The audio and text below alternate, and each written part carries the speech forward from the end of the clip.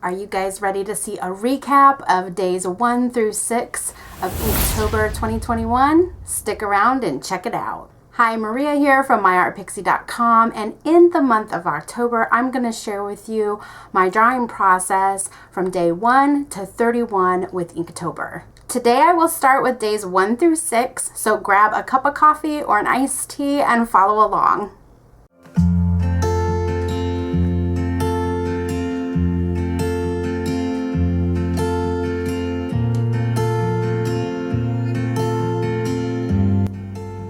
This week I drew a few of my drawings at home at my desk. However, as you can see, I also squeezed one in at the park and one at my kitchen table. This first one, as you know, if you watched my day 1 video, I drew at my desk. I wanted to include it here so that you could see the full first week of Inktober. If you are not already following me on Instagram, I encourage you to go follow along, because every day I will be posting whatever I draw that day. So go to @myartpixie and you can follow along. So every day I do post, even though this is kind of a collaboration video of all 6 days. So while I continue to draw, and you can continue to watch the process as I do that, I want to talk about the artist mindset and really focus on growth. As an artist, have you ever been labeled as messy, lazy, disorganized, or unreliable? I have, but I have chosen not to let that define me as an artist. I struggle like everyone else. But over the years, I have claimed a different path.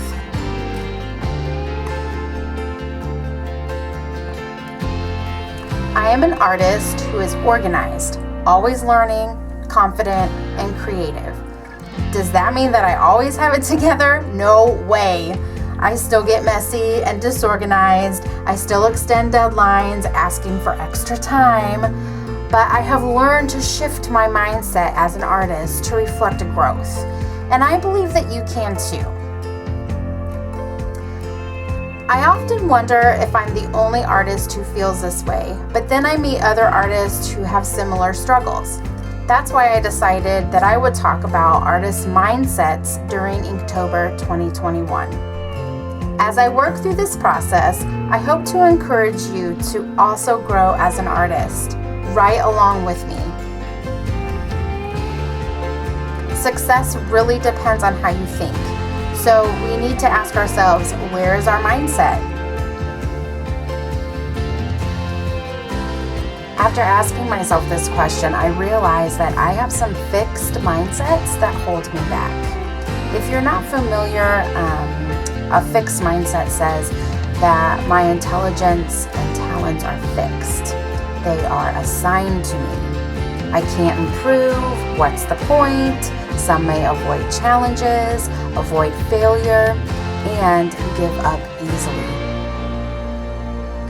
I understand that as an artist, some of us have been given a natural gift or talent. But the shift to a growth mindset comes when we say that our gift or talent can always be improved.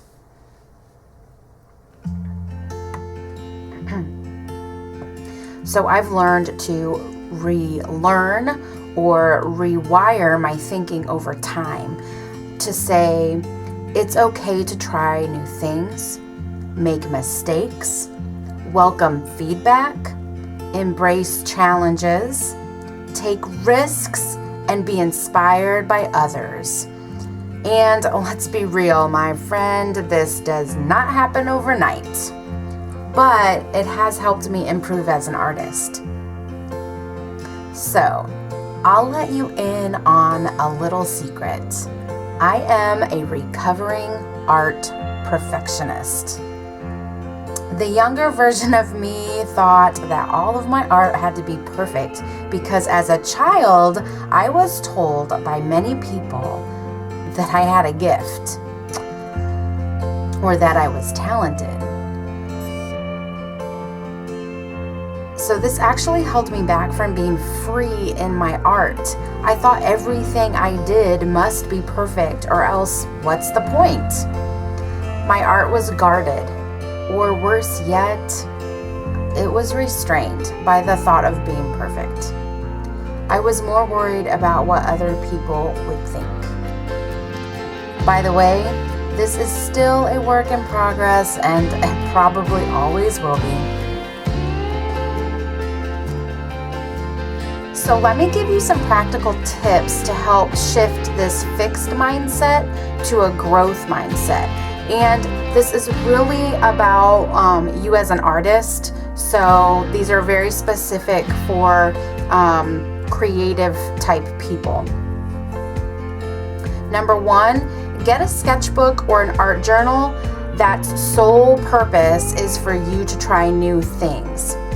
Mixed media sketchbooks are probably the best for this idea because the paper is made to hold different mediums. So you can use different mediums such as watercolor, acrylic, inks, and even pastels. Or you could even do collage with the mixed media sketchbooks.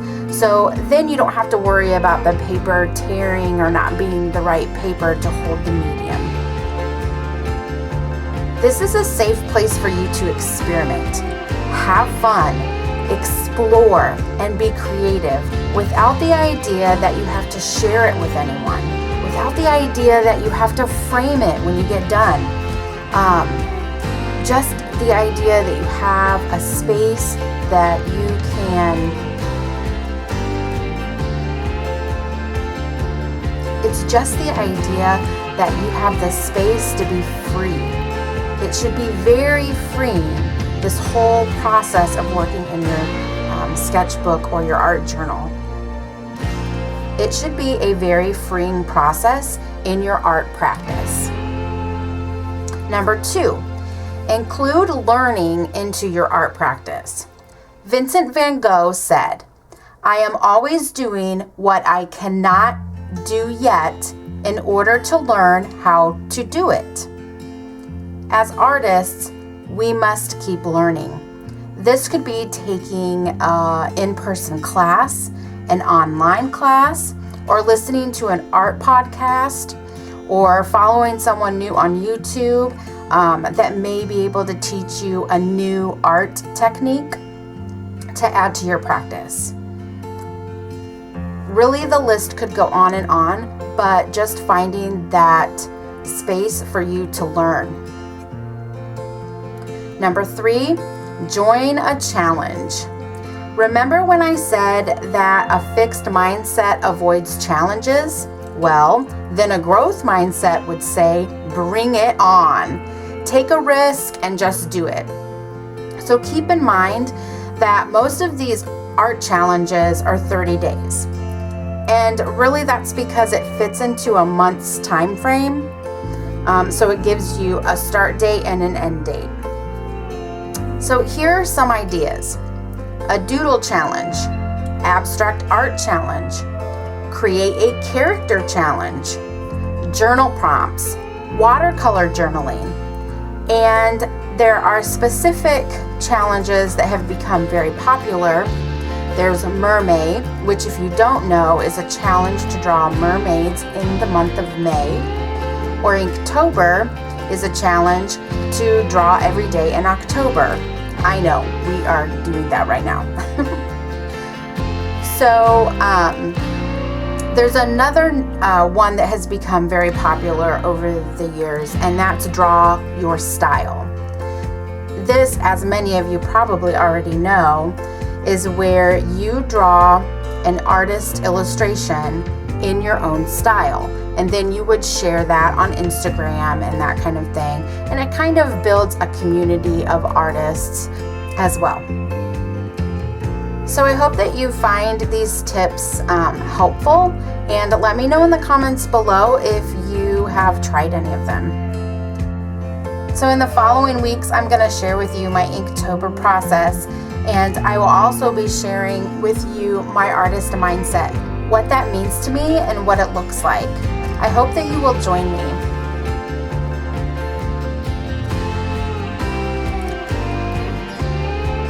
Let me leave you with a quote. Growth is uncomfortable because you have never been here before. You've never been this version of you. So give yourself a little grace and breathe through it. Kristen Lore. I love this because we need to remember that we need to be kind to ourselves as we grow. And even as artists, we need to recognize that we need to take a deep breath and try something new. And before we know it, we will discover that we have grown as an artist. I think Inktober is a great opportunity for growth. I've said it before, I will say it again. It's an artist challenge that really helps you grow. And remember, it doesn't have to be perfect. It is not about other people, although it is fun to share what we have done. It is more about your growth as an artist. So get out there and do great things with the freedom that we have as an artist. I just want to add, I hope you have enjoyed seeing this flat lay photography that I've been able to do with each of these days. I hope that you can see I have a lot of fun coming up with different and creative ideas.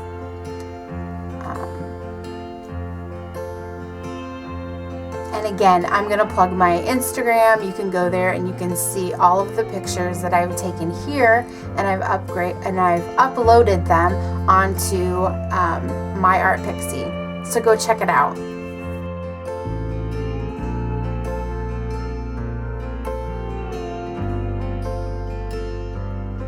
Thanks for watching, and let me know in the comments below if you were able to finish days 1 through 6. And I will see you next week, where I will give you a recap of days 7 through 13. Until next time, bye!